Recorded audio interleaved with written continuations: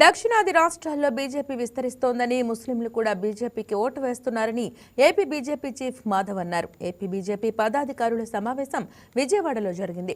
Party కార్యాచరణపై పలు నిర్ణయాలు తీసుకున్నారు. బెంగాల్ గెలుపు బీజేపీకి ఒక సెంటిమెంట్ అని మాధవ్ అన్నారు. పశ్చిమ బెంగాల్ విజయం దేశానికి తలమానికమని చెప్పారు. కేరళలో ఇప్పుడు 3 సీట్లు గెలిచామని, త్వరలో అక్కడ అధికారంలోకి వస్తామని ధీమా వ్యక్తం చేశారు. విశాఖ రైల్వే జోన్ రావడంలో బీజేపీ పాత్ర కీలకమని చెప్పారు. మన కాషాయ జెండా ఎగరకుండా సుమారు 75 వసంతాల నుంచి మనకి ఆ విధంగా ఉన్న సందర్భంలో ఈ రోజు ఈ గెలుపు మనందరికీ కూడా ఒక గొప్ప సెంటిమెంట్ కూడా. కేవలం మనకనే కాదు, ప్రపంచవ్యాప్తంగా ఉన్న జాతీయవాద నాయకులందరికీ కూడా ఇది ఒక గొప్ప విజయం.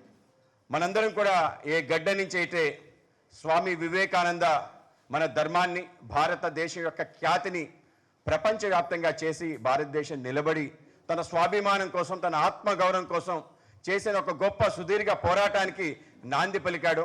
ఏ బెంగాల్ విభజన వ్యతిరేకంగా వందే మాతరం సమర నినాదమే నడిచిందో, ఏ ప్రాంతం నుంచి అయితే అనేక మంది స్వతంత్ర సేనానులు నవ్వుతూ ఉరికంబానికి ఎక్కి బ్రిటిష్ తూటాకి బలే మనకి స్వతంత్రాలు అందించిన ఆ గడ్డ ఎప్పుడూ మనకి ప్రేరణే. మన జాతీయ గీతం, అలాగే మన యొక్క జాతీయ ఏదైతే యాంతం ఉందో, రెండు కూడా పుట్టిన ప్రాంతం. అటువంటి ప్రాంతం నుంచి మన జెండా ఎగరాలి అని చెప్పి మనందరం కూడా అహర్హం తప్పించాం.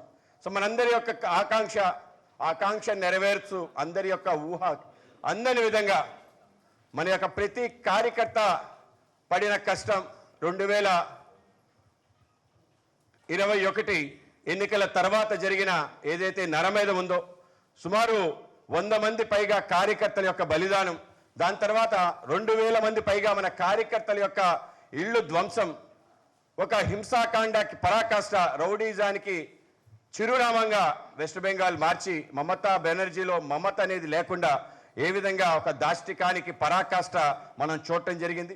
ఇంత దారుణంగా ఒక స్త్రీ జిగజారుతుందా అనే విషయాన్ని మొత్తం వీస్తుపోయే విధంగా అనేక రకాల అరాచకాలకి రాజ్యమేలుతున్న రాజ్యంలో మనం గెలవాలి అంటే అటువంటి ఒక దృఢ చిత్తం, ప్రతి వ్యక్తి యొక్క కష్టం, ఆ విధంగా అందరూ కలిసి శ్రమపడి, అందరూ కలిసి ఆకాంక్ష ఏదైతే